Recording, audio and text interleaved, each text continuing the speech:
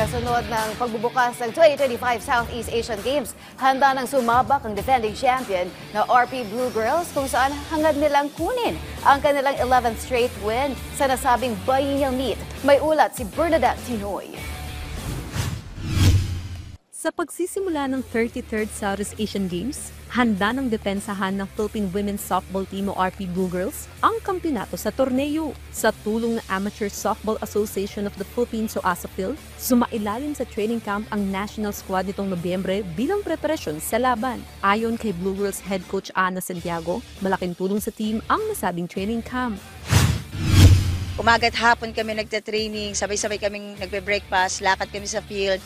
Then talagang hanggang gabi may mga lectures kami. So talagang nabuo talaga yung gusto ko talaga sanang mabuong teamwork sa team na walang distractions. Hindi lang isa kundi 10 sunod-sunod na gintong napasakamay ng pambansang koponan. Kaya naman target ng Pinay batters na kunin ang kanilang ika-11 korona. Lagi naman talaga may pressure, even practice, sa game, nandun naman. Pero because hindi lang naman physical lang tinatrain namin, even our mental.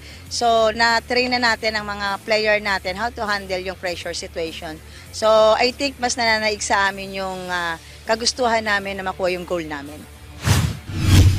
Sa panayam ng PTV Sports sa mga miyembro ng RP Blue Girls, inihayag nila ang inspirasyon na hatid ng kanilang veteran coach upang mas galingan sa paghagis at paghampas ng bola.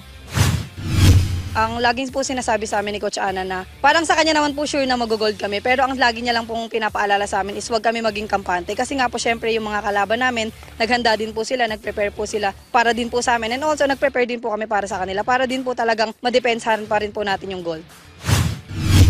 Dalawang SEA Games po kasi kami wala. So parang yung eagerness namin na gusto naming maglaro ulit sa SEA Games is grabe po yung training namin. Nag-training camp po kami sa Taiwan, and then pag dito po sa Philippines, nag-whole day po kami. Sometimes yung afternoon po namin, games yon.